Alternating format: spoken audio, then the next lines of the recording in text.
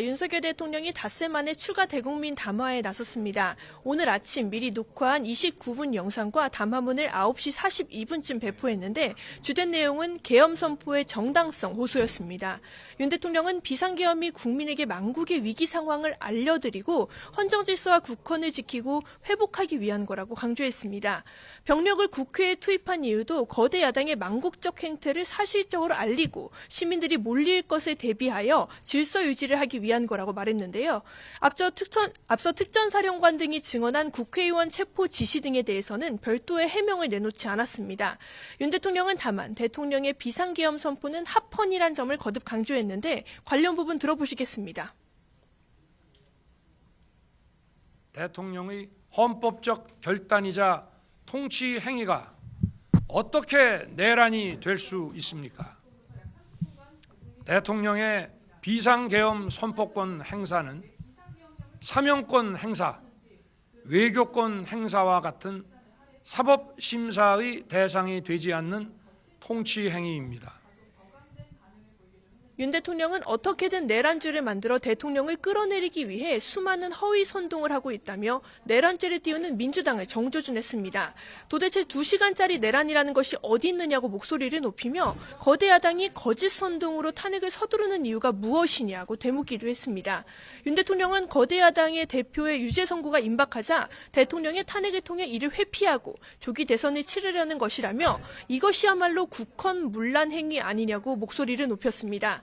야당은 물론 검찰이 윤 대통령을 내란 혐의 우두머리로 사실상 지목한 데 대해 내란죄가 아니란 점을 반박하고 거대 야당의 목적에 의구심을 표명하며 향후 헌재의 탄핵안 심사에 사실상 대비한 게 아니냐는 분석이 나옵니다.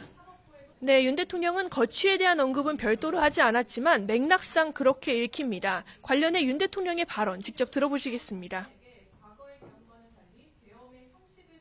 저를 탄핵하든 수사하든 저는 이에 당당히 맞설 것입니다.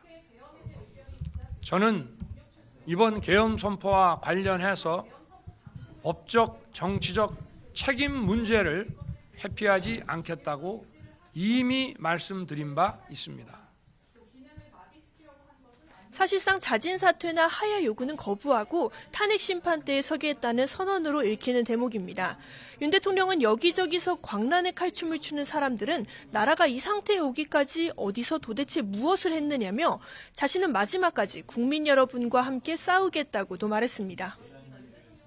윤 대통령은 오늘 담화문에서 계엄 선포에는 그동안 밝히지 못했던 더 심각한 일이 있었다며 선관위의 부정선거 의혹을 직접 언급했습니다. 작년 하반기 선관위 등 헌법기관에 대한 북한의 해킹 공격이 있었던 것을 상기시키며 선관위에 대한 북한의 해킹 공격이 있었다라고 못을 박은 겁니다.